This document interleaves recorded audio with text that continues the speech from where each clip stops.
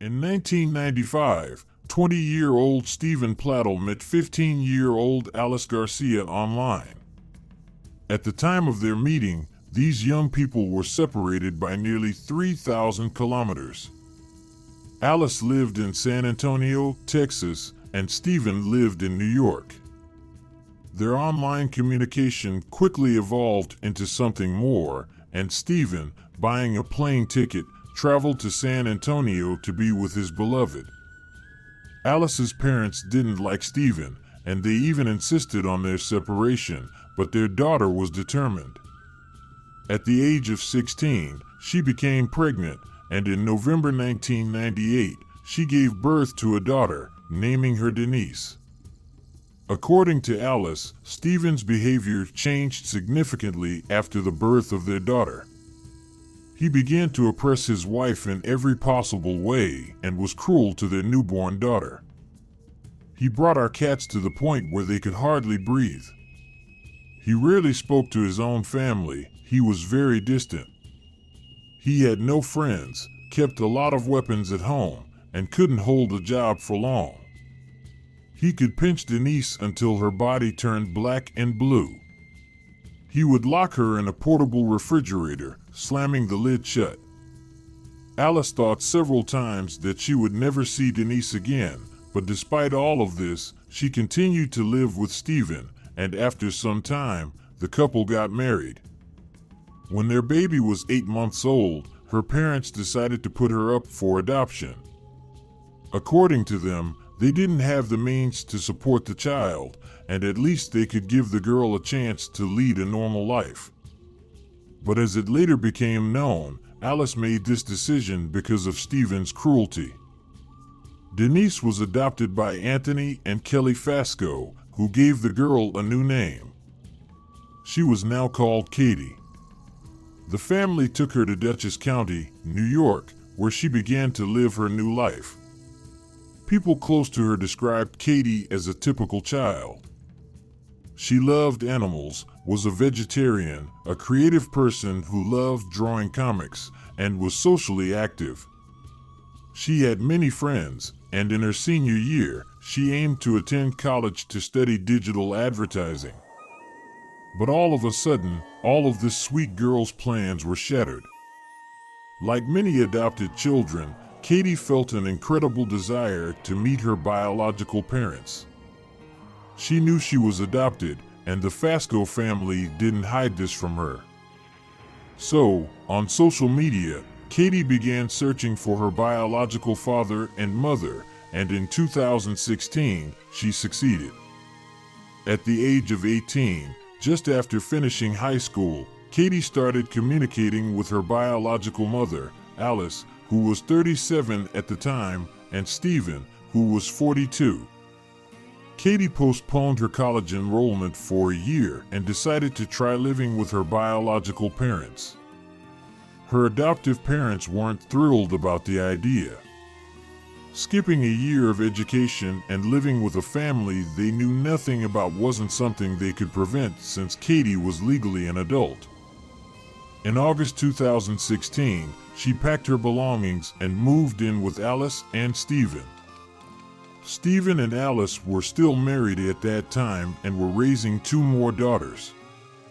10 years after they had given Katie up for adoption, the couple decided to become parents again, and with a 5-year gap, they had 2 more daughters. However, at the time of Katie's move, Stephen and Alice didn't appear to be a happy couple, if they ever were. They frequently argued, slept in separate rooms, and were already contemplating divorce. Alice said that Stephen's anger issues were frequent. He would break furniture and humiliate her in front of their daughters. When Katie moved into their home, Alice told her about all the abuse she had suffered from Stephen, including the incident with the refrigerator. But according to Alice, Katie seemed to brush it all off and appeared completely indifferent. At the time of Katie's arrival, Stephen had been unemployed for several years. He stayed home with the children while Alice worked full-time and supported the family. According to Alice, Stephen's behavior drastically changed after Katie came into the family.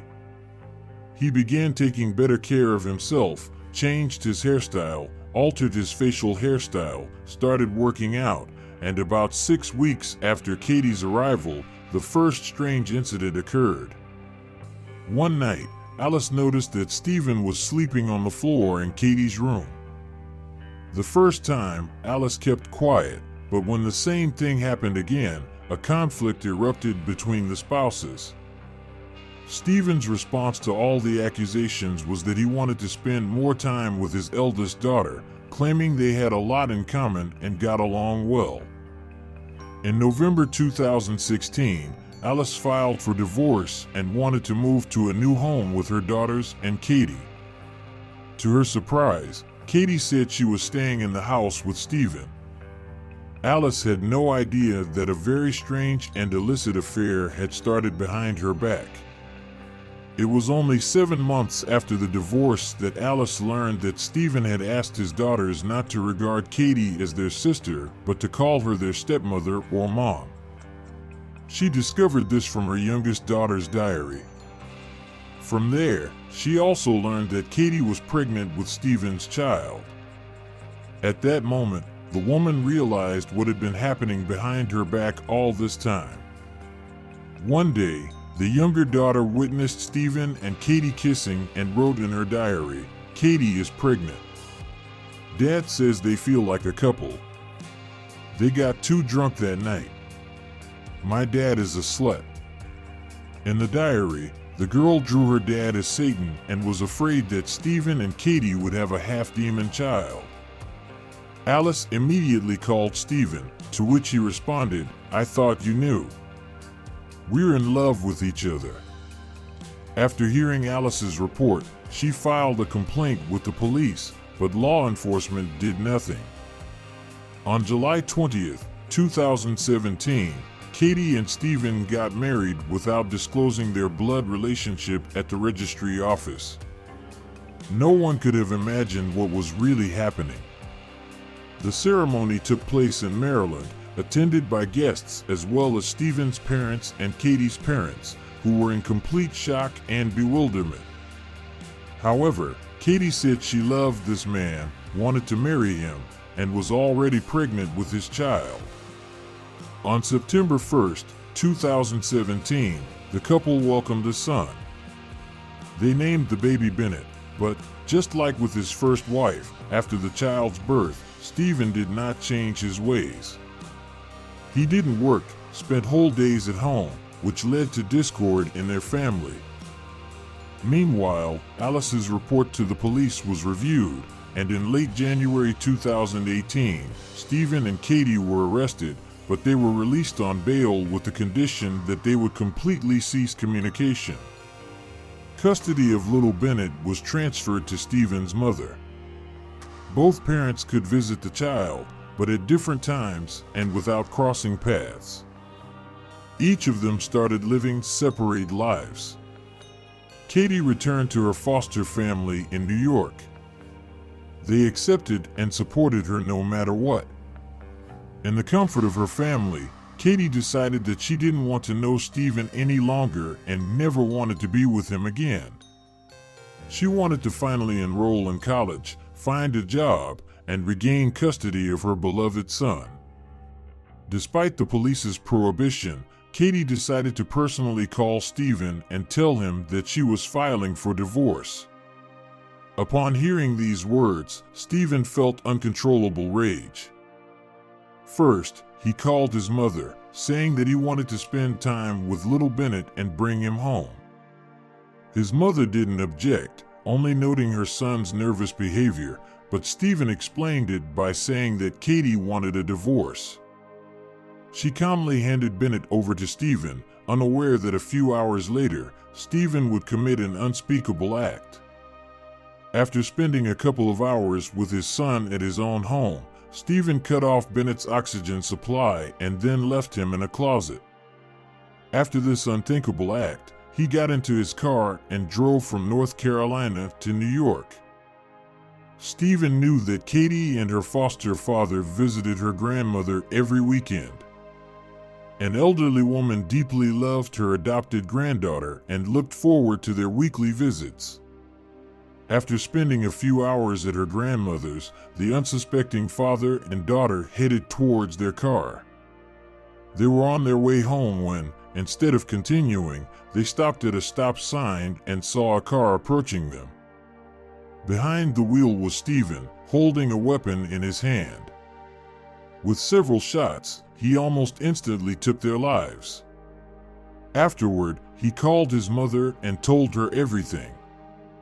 Stephen's mother, "My son just called me and said he killed his child. He's at home."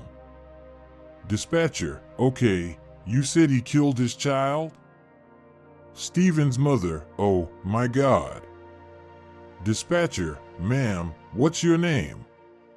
Tell me exactly what happened." Stephen's mother, He's not at home.